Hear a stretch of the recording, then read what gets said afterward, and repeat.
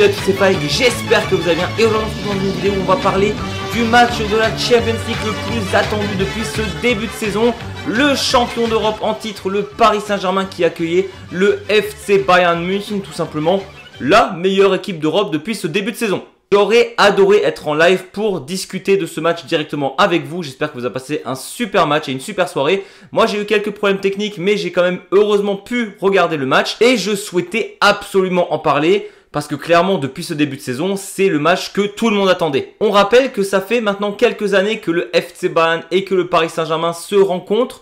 Et il y a de plus en plus une petite rivalité qui se crée entre ces deux clubs. Je pense notamment à la finale perdue du Paris Saint-Germain face au Bayern récemment dans les débuts des années 2020. On a aussi eu tout simplement cet été la Coupe du Monde des clubs où le FC Bayern a été éliminé par le PSG. Où on a Musiala qui était revenu d'une très longue blessure et qui a été tout simplement renvoyé à l'infirmerie alors que ça faisait quelques matchs qu'il rejouait seulement. D'ailleurs, les blessures, on va en reparler dans cette vidéo bien évidemment. Sans oublier que cette fameuse élimination face au Paris Saint-Germain lors de la Coupe du Monde des clubs, c'était le dernier match de Thomas Müller sous les couleurs du FC Bayern.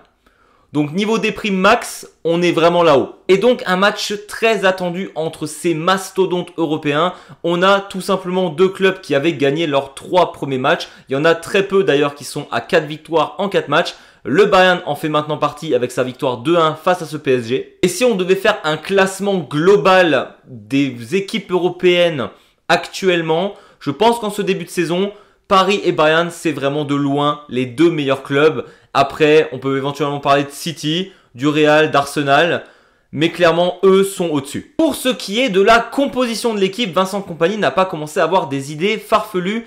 Pas comme un certain Pep Guardiola qui peut-être aurait mis Kane en défense centrale vu qu'il aime bien vraiment changer toutes ses tactiques lorsqu'il y a un énorme adversaire au lieu de jouer avec ce qui marche. On a donc dans les buts, on a les meilleurs défenseurs centraux actuels du Bayern, c'est Jonathan Tah et Upamecano. On a la petite surprise, Laimer qui retrouve son côté droit parce que sincèrement, Sacha Boey à droite, ça aurait été beaucoup trop faible face à cette équipe du Paris Saint-Germain et donc il a préféré remettre Konrad Laimer à droite pour avoir Stanisic qui est revenu maintenant de blessure à gauche. On a Pavlovic et Kimmich en milieu défensif. Évidemment, en attaque, les 4 mêmes toujours. Olise, Diaz, Gnabry et Kane en pointe. La fameuse composition de Vincent Kompany qui a l'air vraiment tellement classique sur le papier, en fait, change totalement lorsqu'on regarde cette équipe du FC Bayern jouer. C'est une dinguerie à quel point l'équipe s'adapte. Quand je vois des actions où Harry Kane va récupérer la balle dans sa moitié de terrain alors qu'il est censé être le buteur, et le buteur, quand on voit par exemple un Mbappé, on sait qu'il a tendance à rester vraiment en attaque et pas vraiment faire les replis défensifs nécessaires. Kane les fait absolument tous. Et voir Konrad Laimer qui est censé être arrière droit dans une position de buteur, à un moment donné c'était le seul gars qui était le plus proche du but du PSG, qui reçoit la passe et qui part en contre-attaque. Ça n'a aucun sens. Le jeu de Vincent Kompany, on sent que les footballeurs du FC Bayern adhèrent totalement à son plan de jeu. C'est même presque flippant de voir un FC Bayern aussi fort dans la maîtrise tactique face à une équipe aussi forte que le PSG. Paris ne s'attendait pas à être pressé de cette manière. Ce qui est absolument génial lors de ce match du FC Bayern, c'est qu'on a vu 2 mi-temps complètement différentes. Alors évidemment, on aurait sûrement préféré avoir la première mi-temps doublée sur tout le match. Mais n'empêche qu'avoir le Bayern sur 2 plans tactiques complètement inversés et voir qu'il gère les deux, eh ben ça présage du très très bon pour la suite. Parce que comme dit, en première mi-temps, on se retrouve avec un FC Bayern qui a littéralement la possession, qui presse, qui contre-presse tout le temps cette équipe du Paris Saint-Germain. À chaque fois qu'ils avaient le ballon dans la défense, vous pouvez être sûr qu'il y avait un joueur du Bayern qui pressait sur le ballon, un joueur du Bayern qui pressait sur l'adversaire le plus proche du ballon et un autre joueur du Bayern qui essayait de couper les passes pour récupérer les balles. Et c'est d'ailleurs comme ça que le PSG s'est fait avoir 2 fois. Les 2 buts que se prend Paris, c'est tout simplement le pressing monstrueux du FC Bayern et un Marquinhos dans ses mauvais jours. Sincèrement, je ne pense pas que le PSG ils aient pris le FC Bayern de haut. À un moment donné, les gars, ils ont gagné 6 fois la Ligue des Champions. C'est un club qui est minimum en quart de finale tous les ans. Je pense que quand tu affrontes le FC Bayern, Tu t'attends à un match très compliqué, mais je ne pense pas que le PSG imaginait une seconde que le FC Bayern allait presser aussi haut face à eux, qu'ils n'auraient pas peur des contre-attaques de Paris qui peuvent vraiment être hyper violentes, sachant que Dembélé a quand même commencé le match. Alors oui, il manquait Désiré Doué et c'est une vraie perte pour cette équipe. N'empêche que Dembélé a commencé le match, Hakimi était là dès le début. C'est une équipe qui va très vite, on a aussi Nuno Mendes, mais le Bayern n'a pas eu peur des contre-attaques. Ils ont joué leur jeu et ça, je trouve ça absolument génial. Donc tu te retrouves avec un Luis Diaz qui surprend les défenseurs du PSG dès la 4e minute. Tu te retrouves avec Diaz encore qui marque d'ailleurs le doublé lors de la première mi-temps. Et d'ailleurs je fais mon mea culpa même si c'est que le début de saison et que ça nous réserve encore énormément de choses. J'avais dit lors du mercato que Luis Diaz pour moi ne ferait pas la différence en Ligue des Champions lors des gros matchs. Il s'avère que les 2 buts, c'est lui qui les marque. Donc à un moment donné, il faut aussi le féliciter et dire bravo, tu as réussi à rendre des sceptiques beaucoup moins sceptiques et surtout le killer instinct qu'on attendait de lui, ben il l'a eu au meilleur moment possible. Je vois beaucoup de personnes critiquer sur internet Olysée sur son match. Je crois qu'on n'a pas vu le même match parce que oui, en soi, il ne marque pas de but. Mais Michael Olysée a été vraiment meilleur que lors de ses derniers matchs et a été ultra percutant sur le but du Paris Saint-Germain. Donc les critiques sur lui, sincèrement, je ne les comprends pas sur ce match. Pour le coup, dans le quatuor du Bayern, je trouve que Gnabry a été peut-être un petit peu en dessous de ce qu'il faisait récemment, même s'il a été très bon. Et sincèrement, le Bayern mène 2-0 à la mi-temps. Il faut quand même pas oublier que Gnabry met un double poteau. Poteau rentrant qui va taper sur l'autre poteau avant de sortir.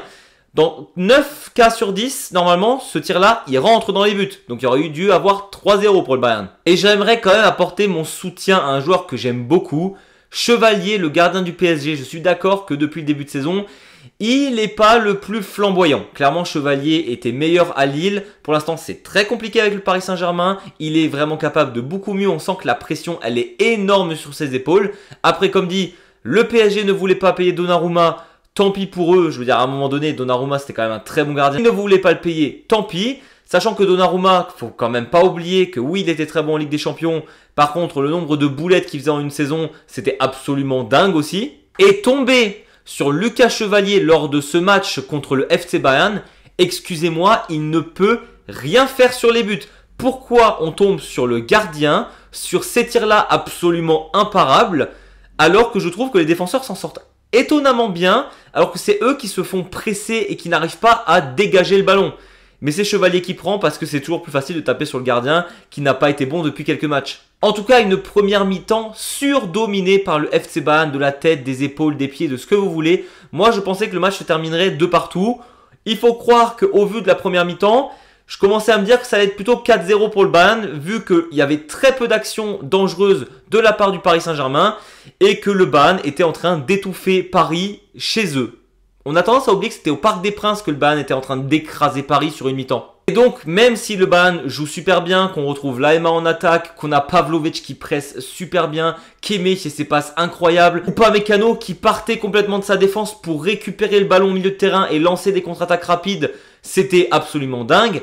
On a évidemment cette énorme action qui a fait beaucoup polémique de Luis Diaz sur Hakimi. Luis Diaz qui était donc le meilleur joueur sur le terrain avant de faire un assassinat, les 2 pieds, alors un pied décollé on va dire, sur Hakimi avec l'autre par terre qui lui coinçait bien la jambe pour le faucher au milieu de terrain. Pourquoi il a fait cette faute, Diaz ? Je ne sais pas, sûrement frustré de ne pas réussir à arrêter Hakimi. Et Diaz, on ne peut pas lui enlever ce manque d'investissement en défense. Mais là, c'était peut-être un peu trop investi pour le coup. Faute qui est vraiment flagrante. Alors j'avoue que quand j'ai regardé ça sur le coup, ça me semblait pas si grave et je pensais que Hakimi en rajoutait à mort. J'ai revu les images, j'ai revu les images et clairement, c'est rouge, il n'y a pas de débat. Maintenant, on a les fanboys du PSG qui vont vous sortir que Paris avec Hakimi et Dembélé qui ne sort pas à la 20e minute, ça n'a rien à voir avec les joueurs du Bayern. Le Paris Saint-Germain aurait gagné ce match, alors que techniquement ils étaient déjà à 11 avec Hakimi, avec Dembélé, et ils se faisaient bouffer littéralement. Et on va me dire après que c'est Désiré Doué qui manquait à fond. Alors oui, il manquait, mais je veux dire, le Bayern, il manque Davis et Moussiala. C'est pas des blaireaux, et généralement c'est quand même des titulaires les deux. Bon, après, je commence à voir que Désiré Doué, il a 5 Moussiala dans ses orteils. Stop. Bon, c'est rouge, on est d'accord là-dessus. Enfin, en tout cas, j'espère. Sinon, re-regardez les images parce que c'est quand même assez violent. Tacle par derrière avec une des jambes décollées. Rien que ça mérite le rouge. Évidemment, maintenant ça part du principe que l'arbitre italien, on rappelle, hein, les arbitres italiens et les Allemands, ils ne s'aiment pas forcément, a été payé par le Bayern. Le Bayern n'a pas les finances pour commencer à payer les arbitres, les gars, je suis vraiment désolé pour vous. Après, c'est vrai qu'avoir un arbitre qui est suspendu par la Serie A, siffler un match de Champions League au final, c'est bizarre. Mais bon, oui, il a été un peu limite. D'ailleurs, il sortait des cartons jaunes beaucoup trop facilement. Désolé, Manuel Neuer, à la 48e minute, qu'on dise qu'il est en train de jouer le temps à la 48e, j'ai trouvé ça ridicule. Mais bon, je pense qu'il devait compenser le fait d'avoir attendu 10 minutes avant de siffler carton rouge pour Diaz. Et ce qui ressort beaucoup, c'est évidemment la faute de Donnarumma sur Musiala. Je crois que c'était Pacho qui était derrière lui et qui avait donc fait sandwich sur Musiala, qui s'est donc ensuite détruit le pied littéralement. Eh ben, c'est deux actions complètement différentes. Oui, moi je pense que techniquement, le gardien dans sa zone joue la balle et donc il ne devrait pas y avoir faute. Pour moi, le problème c'est le trop plein d'engagement, parce que Donnarumma sait que si il ne loupe pas Musiala va prendre très cher. Et au-delà de ça, je pense que Pacho voit son gardien, sait qu'il est entre son gardien et Musiala. Tu évites de prendre le gars en sandwich et bon, il s'est passé ce qui s'est passé. Luis Diaz, c'est une autre action où il est tout seul comme un grand, il le découpe, c'est rouge. Après, les fans du PSG ont quand même tendance à oublier que Paris a quand même coûté le football de Musiala pendant plusieurs mois. Mais ça n'a rien à voir et je n'aime pas la vengeance. Je n'aime pas dire que Luis Diaz, tant mieux qu'il ait blessé Hakimi, un des meilleurs joueurs du Paris Saint-Germain, pour venger Musiala. Non, ça devait pas se faire. Et en plus, il met quand même le Bayern dans l'embarras. 10 contre 11 face au PSG, même si tu mènes 2-0, eh ben c'est pas forcément cool. Et donc là, on arrive en deuxième mi-temps. Le Bayern a 10 contre 11 à Paris. Et le Bayern a fait quelque chose que je n'ai jamais vu, en tout cas très rarement de leur part. Ils ont pris le bus et ils l'ont mis derrière. Et alors, je suis choqué parce que je ne pensais pas que Vincent Kompany avait prévu cette éventualité que le Bayern un jour doive mettre le bus derrière. Parce qu'on connaît le Bayern, c'est un club qui joue la possession de balle, qui joue le pressing, la récupération de balle, les contre-attaques, la possession, ce que vous voulez. Mais en aucun cas, le Bayern est un club qui joue avec un bus derrière. Eh bien, il faut croire qu'au vu de comment ils ont joué face au PSG, ils ont entraîné ça plusieurs fois. Et franchement, chapeau à Vincent Kompany, tu as un club qui fait 15 victoires en 15 matchs, plus en soi les matchs de préparation que le Bayern a tout gagné.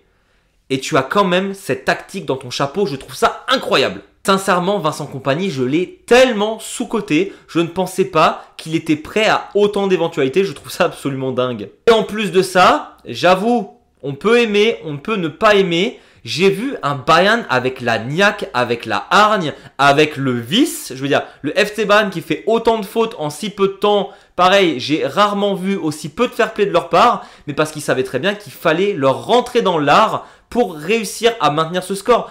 Évidemment, ça commence à râler, dire « Oui, le Bayern, ils ont mis le bus derrière. Et donc, anti-jeu, gna gna gna. » Les gars, la première mi-temps, il n'y avait pas d'anti-jeu. Vous étiez en train de vous faire casser la gueule. Les fans du PSG vont dire oui, mais sur un match entier, on aurait gagné ce match ou fait match nul. Ben non les gars, première mi-temps, vous n'aviez aucune chance de gagner. Et je pense que l'entraîneur, en tout cas le coaching staff du PSG, vous leur dites les gars, le Bayern, on va aller jouer une mi-temps à 10 contre 11. Ils signent tous les jours parce qu'ils savent que le Bayern est trop dangereux offensivement. Sauf qu'ils ont été aussi extrêmement disciplinés en défense. Upamecano, très bon. Alors oui, l'AMA était dans les choux peut-être sur le but avec Oupa, mais au-delà de ça, les gars, ils ont tenu la baraque comme jamais. On a des attaquants qui sont sortis pour faire rentrer des défenseurs. Minje a été bon. Stanisic toujours collé son adversaire, même si Kang In Lee, je pense pour moi, c'était le meilleur Parisien sur le terrain depuis qu'il était arrivé. Enfin bref, Paris faisait tourner comme au handball. Ils n'avaient pas le choix parce que le Bayern fermait ultra bien. Et en même temps, il n'y avait rien d'autre à faire, mais Paris, ils peuvent que s'en vouloir à eux-mêmes. Ils ont l'habitude de jouer ce genre de défense. En Ligue 1, tous les clubs de Ligue 1 mettent le bus derrière et Paris doit s'en sortir avec ça. Pourquoi là, ça tourne sans tenter des tirs, ça fait toujours la même chose, toujours les mêmes centres sur les mêmes gars. À un moment donné, c'était ultra prévisible. Et donc oui, tu t'en sors que avec un seul but, alors que tu aurais pu en marquer sûrement beaucoup plus en étant à 11 contre 10. D'ailleurs, je tiens à dire que Luis Enrique lui-même a dit après le match qu'à 11 contre 11, le Bayern était meilleur. Et à un moment donné, quand cet entraîneur, l'entraîneur du PSG le dit, il faut peut-être le croire à un moment donné. En tout cas, c'est un match qui m'a fait kiffer de voir le Bayern aussi bon en attaque, aussi fort sur le pressing, aussi hargneux et vicieux en défense. Franchement, ça présage du très bon pour la suite. Mais c'est comme on le dit toujours, le Bayern, l'effectif, il est extrêmement fin. Suffit d'un ou deux blessés et la saison se casse. Et alors, on va arriver évidemment sur le plus important. Oui, ce n'est que un match de poule. Une victoire face au PSG vaut autant qu'une victoire contre le Slavia Prague dans le classement. En soi, c'est vrai. Sauf que moi, je pense aussi au côté mental. Et juste psychologiquement parlant, t'es le Bayern, tu fais le meilleur début de l'histoire du football. 16 victoires en 16 matchs, personne ne l'a jamais fait. Les deuxièmes, c'était l'AC Milan, des belles années avec 14 victoires. Mais dans ces victoires, tu as quand même Chelsea et le champion d'Europe. Tu as battu le Borussia Dortmund. Enfin bref, le FC Bayern, c'est insane ce qu'ils nous jouent là.